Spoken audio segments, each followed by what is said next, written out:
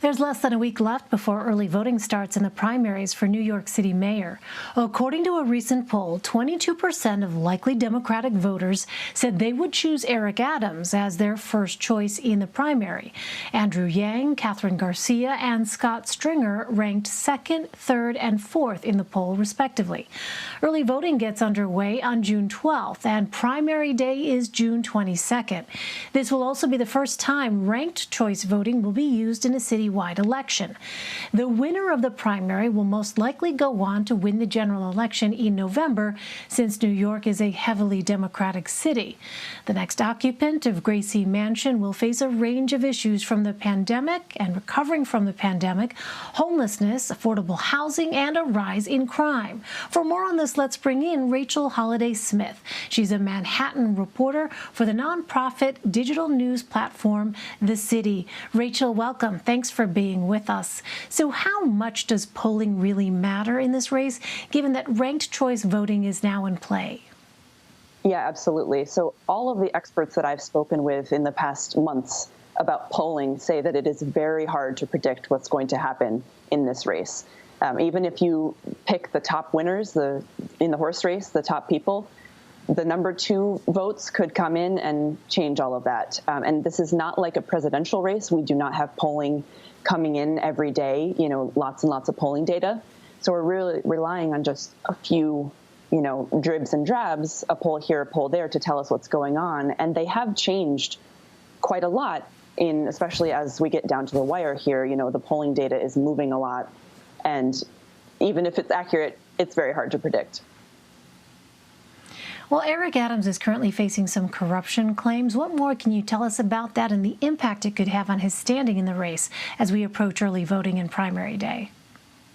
Yeah, he's doing pretty strong right now, so we'll see how it affects him. But basically what the claim is there, and my colleagues at the city wrote about this just the other day, is that back when he was in the state Senate, he was investigated for taking campaign donations and, contributions from folks who were looking to get a contract to run a racing casino in New York. He was investigated for this. I should say that he has, for more than a decade, said, I absolutely did nothing wrong, and he was not charged with any crime here. But, we recently reported on the transcripts from an investigation, someone asking him many questions about this, and he was really evasive. He didn't, cop to remembering much about the details of who was at this party where he got those donations. And, because he's a front runner, people are taking a closer look at all of the investigations that went on with that racing casino flap back in 2009-10.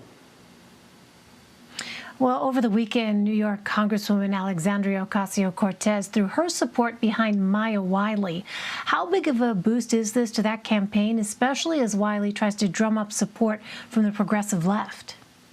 Yeah, absolutely. I think it's exactly that. She is cementing her status as the person who you should vote for if you are a progressive in New York City. And it's a really interesting moment right now in the race on that front, because a lot of the other progressive candidates have really had some knocks against them. Dianne Morales had some issues with her campaign staff unionizing and a real controversy around that. Scott Stringer, who put himself forth as a progressive in the race, had sexual harassment allegations against him, which he has denied, but that's really hurt a lot of his endorsements. A lot of people have pulled their endorsement of him.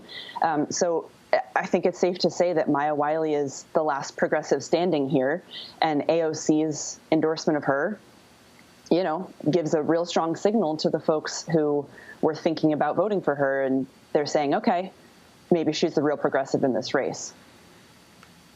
Well, crime in New York City, we know, has become a major issue in the race. According to the NYPD, shootings were up 73% last month compared to May of 2020. Where do some of the top contenders stand on policing and crime reduction? Yeah, so Maya Wiley, going back to her, she has said that she wants to cut $1 billion from the NYPD budget, and I think it's safe to say that she's really the person who's in the race, the front runner at least, who is not comfortable with the level of policing that we have in New York City. all of the other candidates who are front runners have not gone that far. They, are cognizant of voters' real concerns about the uptick in crime. Eric Adams is someone who was a police officer. He was a sergeant in Brooklyn for many years. He was in the NYPD, and he has spoken often about how the communities with the most crime often want to have law enforcement there. So there's a big split between the more moderate candidates who are saying we've got to deal with this violence and not cut the NYPD. We've got to make sure we've got some resources for our police. And then the progressive candidate, Maya Wiley, is saying, no, that's not the right approach. We need to have more services for people who are struggling with mental health issues. We need to deal with this in a different way and not just give more resources to the police department. So you've got a real difference of opinion there among some frontrunners. Well, finally, Rachel, you touched on this a moment ago, but how could ranked choice voting impact the results of this election? We don't know. This is the first time that we are doing this in New York City, and it's very hard to predict. But, I've heard people trying to strategize, can I vote for this person to knock this person out of the top spot, that sort of thing. But from all the experts I've talked to, and I've written guides about how to use ranked choice voting, you just vote your preference. You vote your top 1, 2, 3, 4, 5. Don't vote for anyone you hate. Just vote for the people that you can stand in office and no one else. It's simple as that. All right. We will be watching closely. Rachel Holliday Smith, thank you so much, Rachel. Of course.